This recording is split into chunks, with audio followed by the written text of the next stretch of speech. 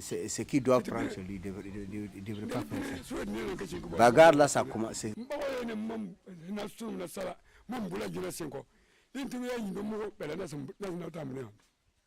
Il voulait une explication. C'est à partir de là que la guerre a commencé.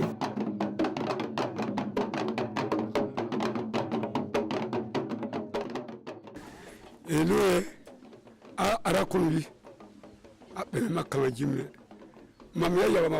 il a demandé pardon de lui donner ce qu'il a acheté là. Les sujets disent qu'ils ne donnent pas. Il a négocié en vain. Ils n'ont pas donné.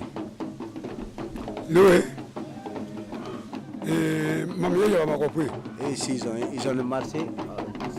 Le marabout là, il a un marché, c'est lui. Le marabout avait un marché chez lui à Dabakolo.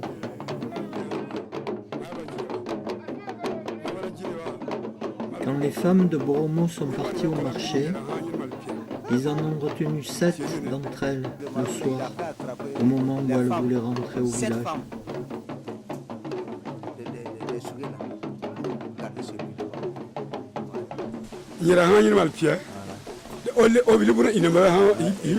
Ce sont les Yingwana là. Les 7 femmes là, c'est les femmes de Yingwana qu'ils ont retirées, gardées là-bas.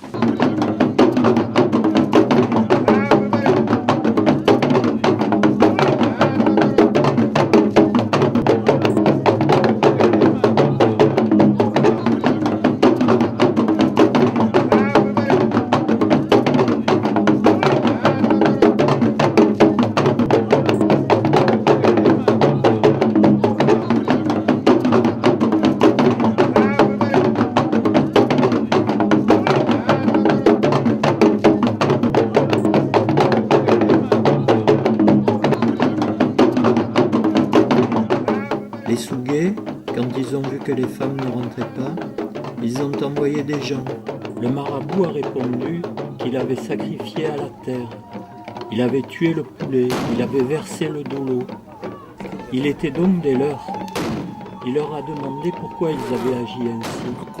Il a ajouté qu'ils séquestraient leurs femmes. Ils n'avaient qu'à agir que comme bon leur semblait.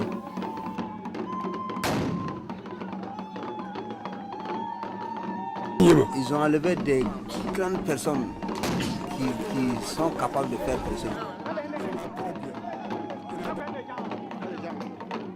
Les émissaires sont retournés rendre compte à Boromo et le chef a choisi 12 gaillards pour récupérer les femmes. Sachant que les gens de Boromo allaient venir réclamer leurs femmes, les talibés du marabout se sont postés sur les toits avec des fusils que le chasseur leur avait fournis.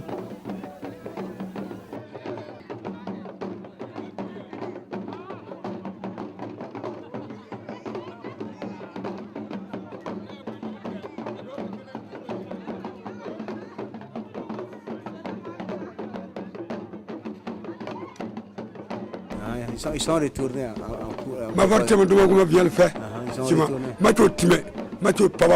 Voilà, quand ils sont descendus, il les a suivis seulement.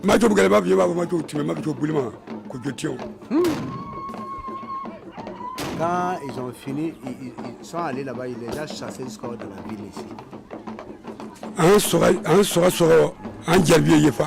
Les Sougués là, eux, beaucoup de choses qui sont fuies.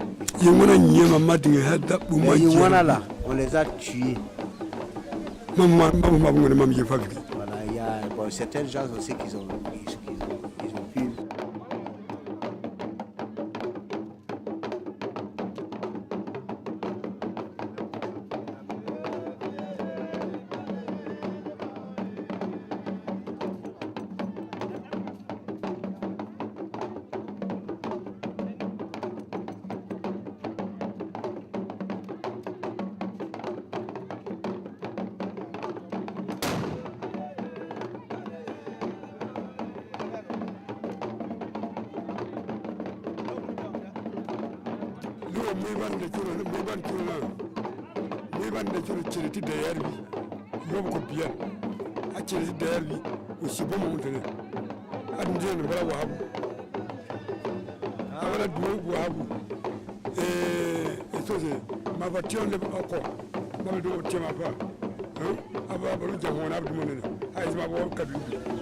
Comme il a fait la guerre avec les Sugué, il les a tués, il les a chassés. Les gens qui l'a réservé, c'est lui là. Ils sont venus, il est venu les installer à Bormou ici. En ce temps, tous les Sugué et les Yéwana sont partis. Bon, les gens qu'il a posé, c'est lui, il les a amenés à Bormou ici. Pour venir les poser, les Mossi là. Il les a installés à Bormou ici. Et le marabout là, lui, il est allé s'installer à Wahabou. Bon, le Sacher là, lui, il ne peut pas rester avec le marabout là. C'est pour cela qu'il est allé poser le chasseur là à Nanou. C'est le chasseur là qui est à Nanou.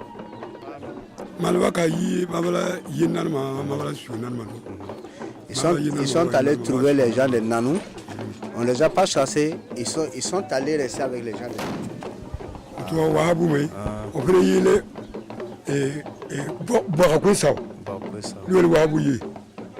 Wahabu bo an ba ngone jinji ma bel bo wahabu silmani ndena o yele wahabu yele ba ko saw le me bone ba yoyi wahabu.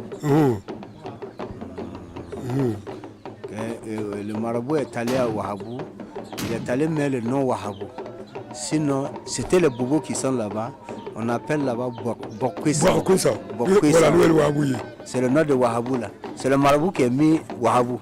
Sinon, c'est Bokwesa.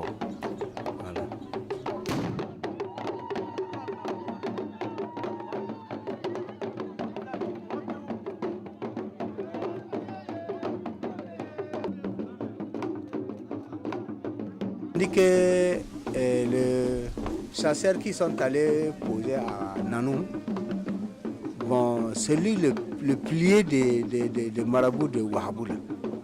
Avec tout ça, il y a eu une trahison entre les gens de Wahabou et les gens de Nanou. C'est que moi j'ai appris avec les gens là. Les chasseurs là, c'est lui il est trop dangereux. Quand on va le trahir, tu sais comment ils ont fait? Ils ont creusé un trou à Wahabou et bien arrangé tout. On a posé la fauteuil là-dessus. Quand il est venu, on dit que c'est ta place ici. Lui dit non. Pourquoi? C'est la place du chef. Oui. Ils ont dit non, ici le chef. Parce que s'ils n'ont pas écarté le type là, Wahabou n'est pas bien. Sinon c'est Wahabou, même aujourd'hui là, c'est Nanou qui coffre Wahabou. Même aujourd'hui, ce sont les gens de Nanou qui ont fait installer pour nous-mêmes. Les Mouassi là. C'est les gens de Nanou, les Koulibaly là. Ils ont posé la siège. Quand le marabout et le chasseur est arrivé, le chef chasseur là, quand il s'est dit qu'il va poser sur la siège, ouf, il est rentré dans le trou. Ouf. Quand il est parti là, on l'a enterré vivant. On l'a enterré vivant. Le chasseur là, on lui a enterré. Même aujourd'hui là, il y a la place là à Wahabou. Ils ont construit la maison là-dessus.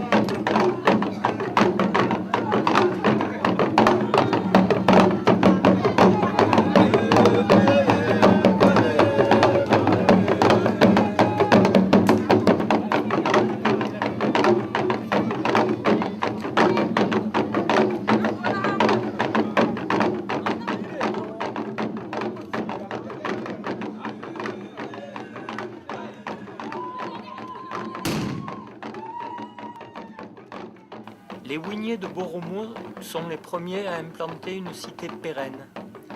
Chassés en 1860 à la suite d'un djihad lancé par Mahamadou Karantao, ils trouvent refuge dans les villages environnants et ne reviendront que 70 ans plus tard, en pleine époque coloniale. Parmi eux, les Sougués réintégreront la ville de Boromo en 1936, trouvant des logeurs dans le quartier des Teinturiers, à Garbo-Godin, et installant des huttes à l'ouest du village. Ils réinstallent leur hôtel de terre, reconstruisant progressivement leurs cases en banco. Les quartiers originels de la ville sont alors occupés par les Dagara-Dioula et l'administration coloniale. Une mosquée est établie sur l'emplacement de leur hôtel de terre originel. Il ne reste que peu de choses de leur maîtrise territoriale d'avant 1860. C'est l'inquiétude devant l'accaparement progressif de leurs terres et leur statut de Fiebama, littéralement ceux qui se cachent, qui les poussent à accomplir ce retour malgré ces difficultés évidentes.